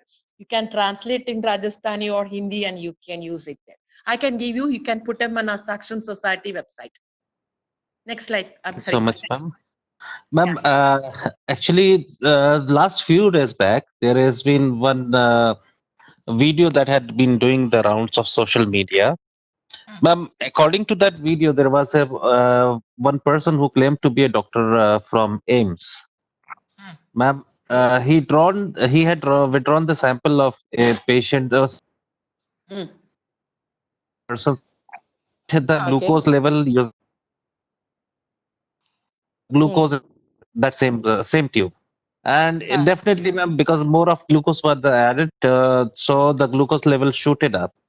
Ma'am, mm. to the same patient's different vial, he added fructose into it. Ma'am, the Okay. glucose level, according to him, it was less as compared to the previous one. Mm. Ma'am, what could be the logic behind it? And is it true, ma'am, this fructose? The entire background, I tell you, even I myself keep questioning people because I get a call. Let me share you. I got a call once during my tenure at CMC. One lady calling me, "What's happening in dietary?" I said cooking because we have our patient catering service also attached to the department, and we send our diet to the patients based on their requirement. I said, "What's happening?" I said, "Cooking." I mean, basically, that is what happens in the place where I sit there. My office attached to a diet department. And I said, "Why you're asking this question?" "No, what? You guys are all sending beetroot and carrot to the diabetic patient, and diabetic patient blood sugar shot up." My first question, "Hello, are you a CMC trained doctor?" She said, "No." "That is why you don't know. I know what I'm sending. I send around 65% of carbohydrate diet for all a diabetic patient, and beetroot and carrot are part of their vegetable portions. I know what I'm doing. I think there might be some reason the blood sugar is hiking. Please check the medical aspect of it, not the diet part. And I'm willing to teach you about how to manage your diet for a diabetic patient." She just banged the receiver on the phone. And one more thing, I heard one of the junior doctor had made a patient to eat 12 eggs a day. And the girls who went for the round, she came back and reported to me, "Ma'am, this is what has happened." I wanted to know who was it. I called, and there was some junior doctor. I asked, "When did you finish your MBBS?" "Ma'am, just I'm your student, ma'am. I finished just last year." "Really?" So that means 5 years ago you have studied about the digestion under your physiology. So you've forgotten that the body, the albumin that goes into your digestion cannot be absorbed directly to blood to increase the blood albumin if that is the intention you have. "Ma'am," that was answer. I said, "What are you doing? You're torturing the patient. How do you expect the ma'am is albumin low?" CMC has got a dietary department which is established around 75 years ago. Please let me do my work. I would not stand another dietary advice from you again. "I'm sorry," he said. "I think this is your first and last warning. Otherwise, I'll take you to a higher level." I won't pay because what I believe, even the doctors, some of them don't have a nutrition knowledge. And again, for all those sitting there, doctors are too are not dietitian. Those days are gone where their doctors can advise about diet, but it is only the dietitian who can advise the thing. We too had some seniors who said, "Do you know more than me?" I mean, nobody questioned me, but some of my juniors had it. And I said, "You should have told him, ask him to teach you the thing which you don't know. We are willing to learn. There is nothing is learned, but you cannot question." A 6 foot tall man have been advised a 1500 calorie. You know what I told? I went and asked. That time I was an entry level dietitian, not even 2 years old. I told, Oh, Dr. John, you love this patient. Yes, Mahendri, what happened? Why you're asking like that? You love him so much, he'll never get discharged from this hospital. Again, he got so confused. I said, already he is thin for 6 foot tall man. He is around 50 kg, and you're putting him in a 1500 calorie. He will lose another kg, so he'll never leave the job. Oh, you, Mahendri, what to do? Leave that job to me. I'll take care of him. So that is how I used to ask them, because I question people when it comes to diet. I never leave. So this is what, because people think the doctor knows everything. Sorry, doctor knows about diagnosis and the treatment for the disease, not a diet, unless they have done a course in a nutrition. And this part, I'll get back to you. Let me check what is that floating across. Just now I told you fructose will get converted into triglyceride and will get accumulated in the liver, causing a fatty liver. And also they found out it will cause insulin resistance. That means there is enough insulin produced in the body, but it is not effective. That is a common cause of people with obesity who develop diabetes. They have got so much of fat in the body, and that will cause insulin resistance. So in spite of having enough amount of insulin, the blood sugar will not be controlled. Okay. That was the main reason why I asked you this, ma'am. So, nevertheless, ma'am, there is another advice that we receive these days is, ma'am, for a diabetic patient, it is best to have a maximum amount of diet as fruits. No, no, So, ma'am, pardon, no. ma'am. Who is this person? No, no, no. Even a diet, I tell you, diabetic diet is a universal diet. That is a Indian based diet. I always used to make a diabetic, when a person with the diabetes come and sit in front of me, I used to call at least one of their family member will be accompanied. I said, all of you can follow this diet because it's a more healthy diet. It is a time bound, calorie counted, and nutrition included. So it is easy there because the portioning is all you have to do. What is the difference between a normal, healthy, balanced, and diabetic diet? Portioning is there. You can take the same amount of fruits and vegetable like a non-diabetic. You can eat the same amount of protein because protein requirement is 1 gram protein for all of us. So where is the difference? The difference is the carbohydrate. I eat 100 gram, but if the other person has got diabetic, I'm going to cut down to 50 or 75 gram of rice. That is the only difference. I tell you, only fruit you cannot eat. You will end up with the digestion and flatulence, gas, and you'll get admitted to the hospital. That is what I'm telling. The people who know the real dietetics and been practicing, I learn a lot from my patients. I tell you, I got a lady who is working in the field, a farmer. All she could do is cook twice a day because she cook in the morning, she goes to the field, come back in the evening and cook for the night. So what she could afford is they grow cereal and dal and nuts, some green leaf with around it. So all I could is just improvise on using the available resources. Believe it or not, she comes back to me after 2 months stating her blood sugar is under control and she thanked me. It is possible to have a diet in spite of having limitation. The first and the foremost requirement when it comes to nutrition is energy adequacy. That is the first thing. Next is your protein have to be there. When you concentrate on this, like when I plan, I'm not going to look into the 51 nutrients.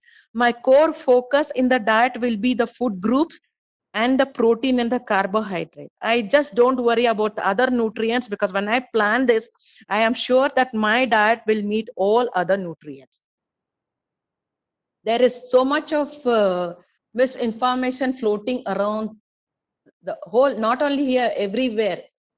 That is a problem. Yeah. Some doctors they say that eating mangoes or bananas is prohibited for a diabetic patient. Is that correct, ma'am? Yeah, I know, I know. I was there in Dr. Mohan's class. There, the dietitian is just running through a slides there, and she was telling diabetes cannot eat banana. I said no, they can eat. Like for every question I was opposing, and one of the patient was listening to them. They asked, Ma'am, are you a patient? Are you a professional? I said, I'm a diabetic patient friendly dietitian. Banana, like I told yesterday, we call what we call, actually, I had it. Let me try to trace it out. Like all fruits are allowed. When we quantify that fruits, we talk in terms of carbohydrate exchange. So, okay, I use 10-gram carbohydrate exchange because fruits vary in their sugar content. So, we have to keep the carbohydrate also same and also calories. To keep the balance, we use what we call fruit exchange. For example, I tell you, a small banana, around maybe 40 to 50 gram of mango, and some of the mangoes are with edible skin. So I encourage people to use um, those mangoes which they can eat the skin also. Okay, and support also we will give. You have to quantify. This is called exchange. Okay, or I allow all fruits. There is no fruits that is no for a diabetic unless he has some allergy. Like for example, watery fruits like your watermelon. Then you have a sweet lime, oranges. Some people when they have it, they develop a sore throat. There is no scientific reason what. It could be a secondary allergy due to the pesticide. I don't know what it is. For example, my own father, he won't touch any of these watery fruits, even I don't force him. There is some. So those who know that they get a cough and cold, why do you want to suffer by eating a fruit? There is always lot of alternative. Amla is the best one that has got a highest amount of vitamin C, and even heating will not reduce it. The Indian amla, the big one, amla, that you even put it in a sugar and have it. Please have a dried amla. If you cannot eat a fresh amla, that's the best natural source of vitamin C. All fruits are allowed. If anybody is telling, a doctor is telling, ask them to contact me. I'll teach them, no problem. All fruits. Ma'am, there is a one word. One of the boy, like he was a young fellow, maybe some 20 odd, he had brought his mother who was looking so depressed. And when I was just counseling, his comment was, "Ma'am, it's normal diet." I said, "Who told you otherwise?" "Ma'am, my mother became depressed because the so many things of no, you have hardly no in your diet, everything." Yes, yes, yes, that is the way the diet has to be. We ask them to not eat high fat food and fried food because there is a chances of them increasing it. But again, like I told you, I will always ask them to have a treat once in a while. Otherwise, the monotony will bore. There should be some enjoyment when it comes to food, but they will learn the limitation. Definitely, they will not overdo it. Yes. These days, people are working from home as well as people are working in the field as well, ma'am. Those who have field jobs, ma'am. So people are dining out too much these days. So there are two different disorders that have taken over. Ma'am, even young people aged between 30 and 35, they are also getting affected. Ma'am, these disorders, if I name them, irritable bowel syndrome and short bowel syndrome. Ma'am. No, So these, no, this all I this is called inflammatory bowel disorder. This comes under, okay. No, I think there is some, okay, yeah, definitely that we don't know what is exact cause, okay, and there are multiple causes, and we that number is increasing. Even those who don't eat outside also getting that is a story, and they have a flares. They have a flares like they have loose stools or they will have a constipation. I had a young lawyer in CMC got admitted. That fellow used to go 13 to 40 times stools. And by the time we could bring it to half a time, it took almost like a 10 to 15 days. And to just settle that loose stool took almost 1 to 1.5. So you can control the thing, but again, it is highly individual rather than the general.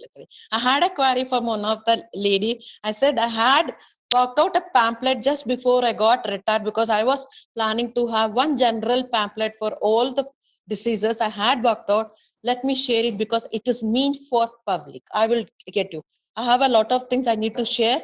And what I want to tell you is, see, if I ask me to go and eat outside, I will choose the food which is cannot be reused. Okay, number two. And I will not use the food where there is no cooking happen. Idli and sambar is safe bet in South India because it will be idli will be unless it is hot, nobody will eat. And sambar will be cooked, I don't know how many times, so definitely the chances of getting spoiled is less. I don't go for chutney because I'm scared I might get loose stools. And I never touch any fried food from outside because I don't know how the oil is reused. It is for those who are using oil for frying, please use it twice, not more than thrice at the most. Then please discard it. That's the reason I scared to you eat any fried food outside. Till date I have not eaten pani puri of outside. Only my sister made pani puri I had eaten, but I didn't like it anyway. I don't mind fasting for even for a 2 days than eat from outside. So you watch, to avoid foods which has got lot of coloring chemicals. That triggers. And I tell you, the cause the youngsters are becoming sick is there is no discipline in their life. I had a boy from Delhi. He was some 22 years. You know what? His dinner is at 12 o'clock. He expected us to serve dinner at 12 o'clock. I said, come on. I said, this is not your home. This is a hospital. You learn to get a discipline in your eating time. Finish your food by 7:30 to 8 and go to sleep by 9 o'clock. I said you're eating for today or tomorrow because if you start your dinner at 12 o'clock, you finish by another 15-20 minutes, that is not for tomorrow. Have a discipline life. There is no excuse to ignore your health. I cannot accept. I said all of us have got 24 hours a day. If you want more, you won't get it. If you said, I don't want, you cannot even reduce it. Is how well you plan your life is left up to you. Like I kept telling you, have only one life and one body to make use of it best. You cannot live anywhere else. Even if you have built a crore rupees worth a house, you can live only inside your body. And please use the right resources and follow. Don't just get sort of peer influence should not happen in adult stage. It should be finished off within adolescence. Now I'm not even 100% saying I never used to listen to anybody. That's a different story. You cannot influence me to change anything. Is only thing is if I get a doubt, I go behind and get the right information and I follow. And what I don't do it, I don't advise to anybody else also. See what is it? I had patient number of patients who come at I tell you, eating timings are really erratic. Okay, now you know that you used to have your breakfast by 10 o'clock, but like today you suddenly have to go somewhere, you are going to miss your meal. So what you have to do, you have to plan well. You think you are going to travel by 11 o'clock, you have your lunch or something at 10 o'clock itself, and you can have a lighter meal or a snack somewhere in between. You have to learn to adjust accordingly. And I tell you, there is another thing. Okay, yeah. What was it? Water. If you drink too much of water, and I think your digestive juices get diluted and you won't digest food. My God, I don't know from where they got it. There are a lot of these myths. There are a lot of myths that is flowing around, and there is no scientific background. My only suggestion will be like, for example, I never had a problem eating curd after like 8 o'clock. Recently I found that after having a curd, I started getting sort of an throat irritation. Now that is a warning that I stopped it. Same way I used to bite ice cubes. Kada kada, I used to love. No, just when because Vellore is very hot and summer, you cannot hold a thirst. I used to really gulp down the ice, but now I cannot drink any cold juice after 5 o'clock. So your body is telling us that the something is not going to go well with that. We have to stop. This is not a universal advice or thing. Is each one should have learned what is not suiting them. Many of the time, my patient from West Bengal come and tell me, I don't tolerate milk. Okay. What happens? Amla ho jave. What is amla ho jave? No, when I drink milk, after some time, I feel sourness in the mouth. I said that is everybody will have because you have to gargle your mouth after every meal you have it because the milk that returning there will be acted upon by the bacteria there. That is how you might feel that sourness. That is an explanation. Not only that, don't extrapolate the result of some study to some other condition. Like that is what is happening. What is good for cold and cough is not good for COVID, because though it affects lung, this is not a common cold causing virus. See, some of the thing which has really helped, for example, when you have a cough and cold, I found out that putting some little jeera and coriander, powder them and crush fresh ginger, pepper, boiled thoroughly, and just take out, I mean, strain it, put little jaggery and drink it. It relieves that. This is a medicine what I give my father, because he has not, he's hale and healthy, but occasionally he get that thing. It just settles down easily. If I get it, then I'm sure I'll have to go for an antibiotic, because I don't have tolerance for cold. So my way of focus will be preventing getting cold. And see, I think we have to start focusing on ourselves. What suits me? What are the triggers that causes an upset? For example, I'll tell you, I have got headache from the age of 7. So from 8th onwards, I started wearing a spectacle. And it continued. It took a different avatar when I went to CMC. It became so worse. Anyhow, one diagnosis I got a migraine. I keep changing my glasses, the power change, because I am a short-sighted one. But later, it went to such an stage that I was even asked to go to a psychiatrist to them. Then my question was, headache is with me from 8 years onwards. I don't have a psychological stress from that onwards. You won't believe, one day I was for some reason I was counting my teeth. I found out I have only 28. Then I got 4 are missing. I went to a dentist. I said, Dr. George, I have only 28. Where the 4 are missing? Everyone is supposed to have 32 at the age of like 40 or so. I don't have teeth. I found out. Then we took an X-ray. You know what? All my teeth are impacted. They have no place to come. One was pulled out. But still, then I could realize I get a pressure on my facial bone and my nose bone and everything pains, and my headache is so bad. If I get not doesn't respond to any tablet, it goes up to 72 hours. 72 hours of starvation, I easily lose 1.5 kg within period. Then finally I know what is a trigger. That is, no, I will have to chew slowly. Anyhow, well, they pull out another tooth, they damage my face also. At times my face goes out of control. So if I'm speaking to someone, I'll warn them. Suddenly my face become abnormal. It's because I have a nerve damage on the face.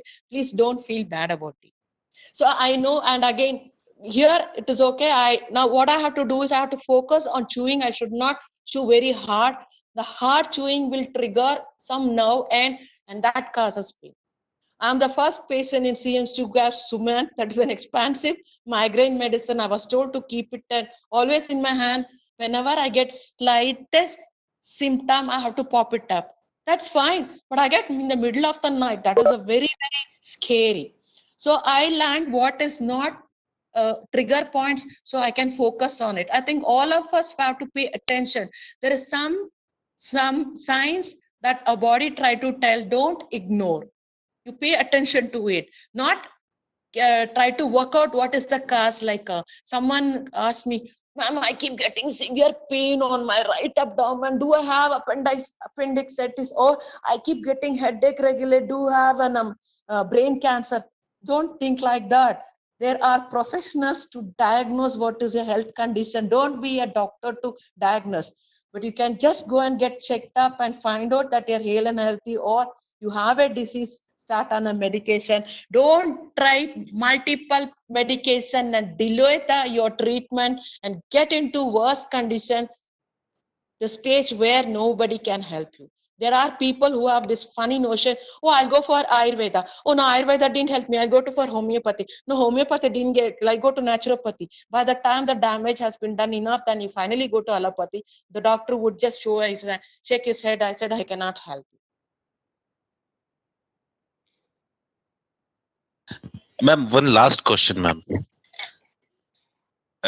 What type of food would you suggest a person who is aged 60 to remain healthy? Ma'am, what type of food would you suggest to a person aged 60 whose age is 60 to remain Yes. healthy?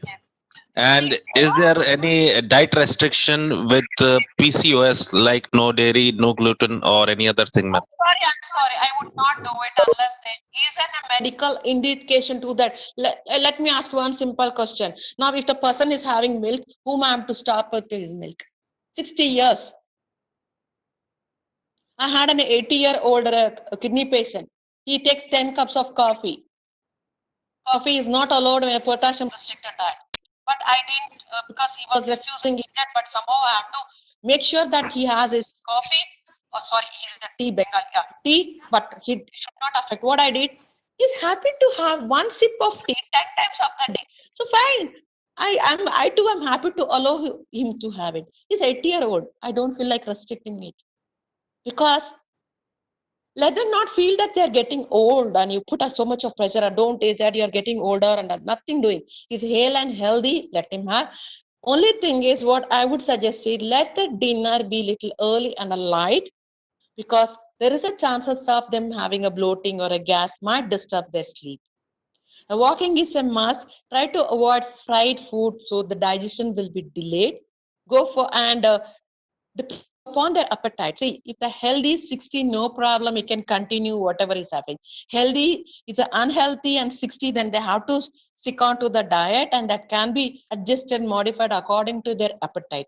And those who have no tooth, and if they're not willing to wear denture, then they have to cook the food stuff easy to swallow. Okay. I don't think so. There should be any restriction in a diet. I will never. I'm not for gluten free, lactose free, and all. Unless the person is having that condition, why should I restrict? When I allow sweet for a diabetic patient, where rest of them will get scared, why will I restrict any food for a healthy 60-year? Healthy 80 also, I will not stick. They've already crossed. No, I don't believe in restricting food for a healthy people. Maybe I can remodulate it to fit with them and make it more healthy. I'm not for a no's, I'm always for yes.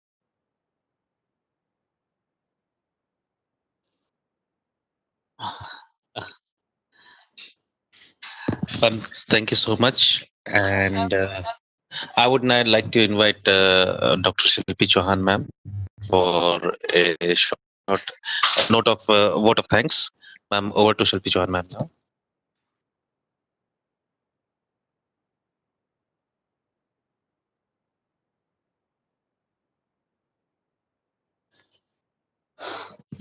A warm and graceful good evening to all, especially our speaker, Miss Mahendri and me, ma'am, from CMC Vellore. It is my privilege to propose a vote of thanks speech and acknowledge the contribution of those who worked really hard to make this 2-day workshop a grand success. I shall be Chauhan on behalf of Saksham Society and the fraternity of the society. First of all, extend my thanks to the Almighty for making this event a resounding success. On behalf of Saksham Society, I really extend a heartily vote of thanks to our speaker, Miss Mahendri and we ma'am, for taking out some crucial time from her busy schedule to enlighten us. Besides, I would also like to thank Dr. F.M. Malik, Principal, Sir, Narsinga Chaudhary Autonomous College from Jajpur, Odisha. I also thanks to Dr. Sarath Prasad Mohapatra, Academic Head and National Coordinator from Narsinga Chaudhary Autonomous College, Jajpur, Odisha. I would also like to thank Mr. Rajinder Kumar Singh, Sir, President Saksham of Society, and our host, Mr. Utkarsh Kumar Singh, who worked day and night to make this event a grand success.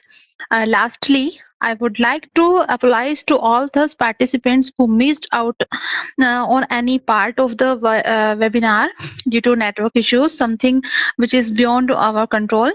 I hope all of you learned something from this 2 days program and would carry the message learned here for the betterment of the society. Once again, thank you so much, everyone, for making this event a great success. Thank you so much, sir. Don't close down. I just want to tell you, I request for all sitting there, take a pledge.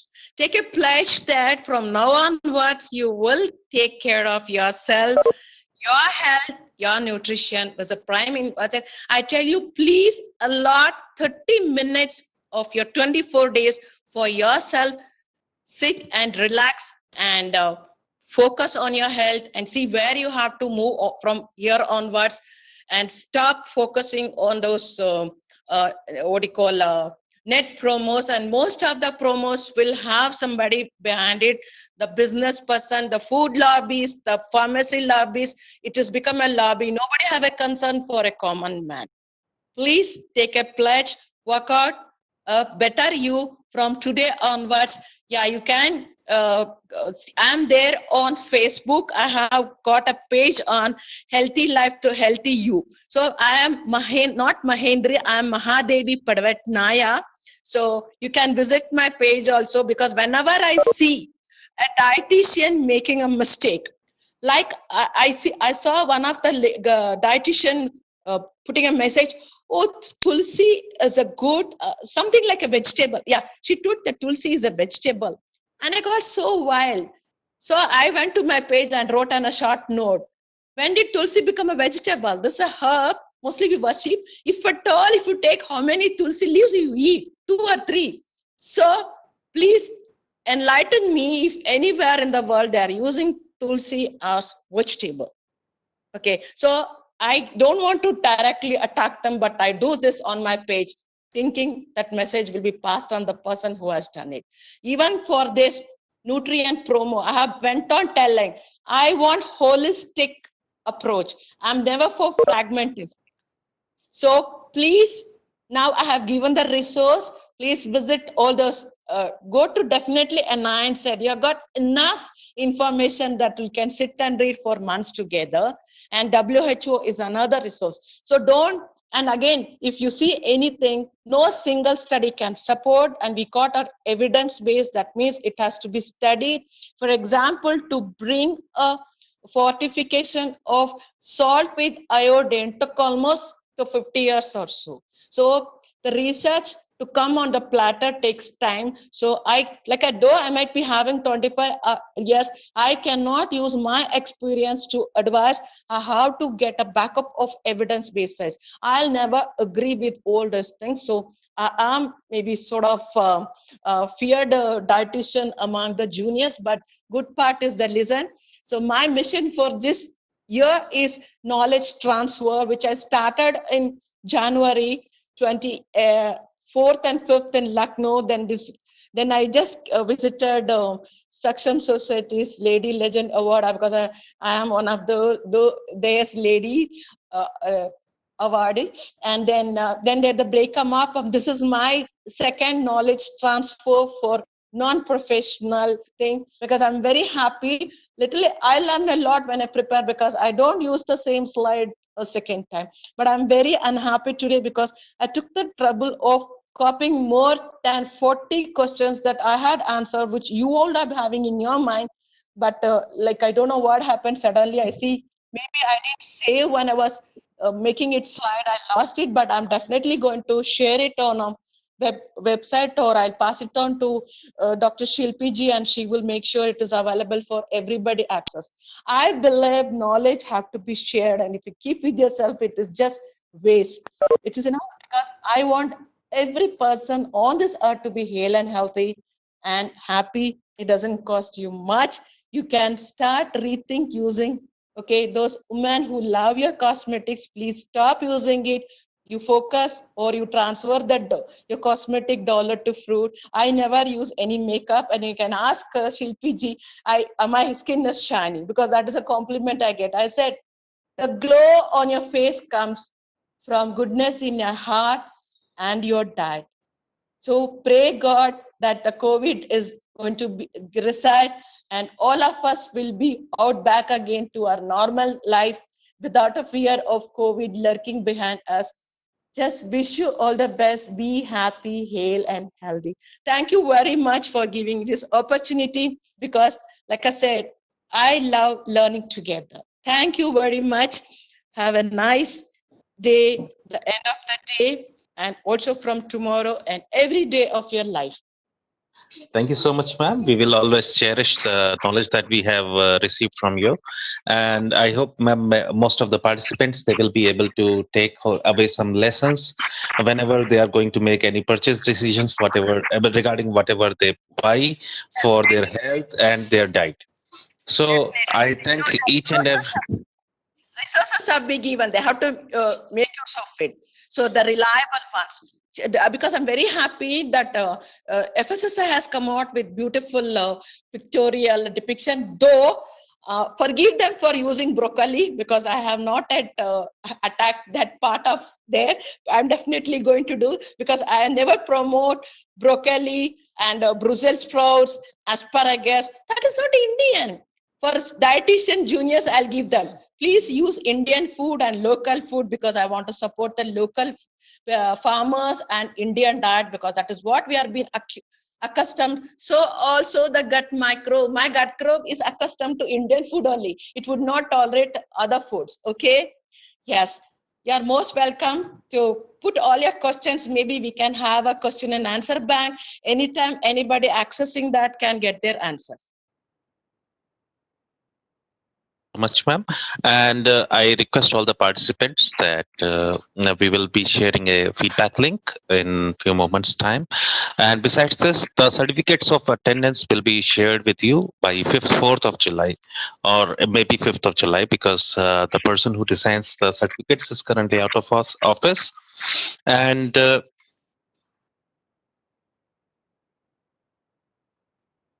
we are organizing one webinar on mental health. So those of you who want to attend that webinar, you might also get in touch with Dr. Shilpi Chauhan, ma'am. She will guide you out upon how to attend that webinar. And I wish each and every participant a great health. I request each and everyone to stay safe and stay healthy.